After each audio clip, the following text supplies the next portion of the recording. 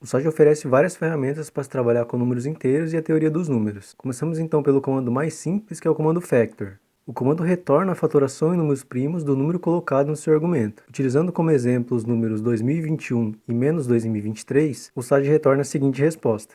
Por outro lado, para exibir a lista dos divisores desses números, se usa o comando divisors. Escrevendo 2022 no argumento desse comando, o SAGE retorna a seguinte lista, que são os divisores de 2022. Com relação a números primos, tem-se esses comandos. O primeiro deles fornece o número primo que vem após o número n colocado no seu argumento. Utilizando como exemplo n igual a 101, o número primo que vem após o número 101, de acordo com o comando, é o 103. O segundo comando verifica se o número dentro do seu argumento é um número primo. Para n igual a 101, é retornada uma resposta verdadeira. Por outro lado, para n igual a 102, é retornada uma resposta falsa. O terceiro localiza o primo de posição n, isso é, o enésimo número primo. Assim, para localizar o centésimo número primo, se digita 100 no argumento do comando e encontramos que esse primo é o 541. Por fim, o último comando localiza os números primos existentes entre o intervalo estabelecido. Tomando então esse intervalo como sendo de 100 a 200, o SAGE retorna uma lista com os primos pertencentes a esse intervalo.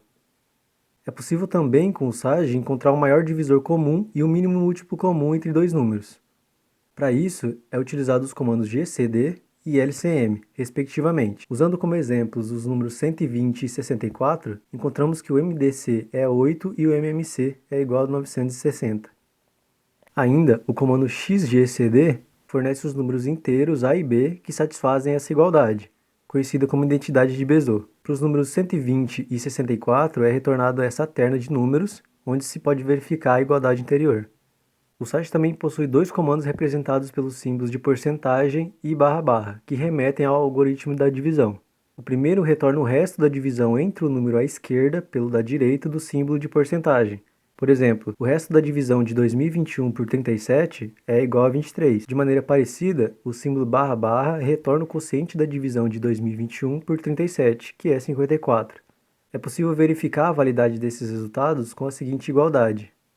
Existe ainda uma lista de comandos que podem vir a ser úteis de vez em quando no SAGE. Os comandos min e max retornam o menor e o maior entre os números colocados no seu argumento. Já os comandos floor e ceil fazem um arredondamento para baixo e para cima, respectivamente, dos números dentro do seu argumento. Para se obter o fatorial de um número n, se usa o comando factorial, e ainda existe o comando binomial, que faz o cálculo da combinação simples de x em m.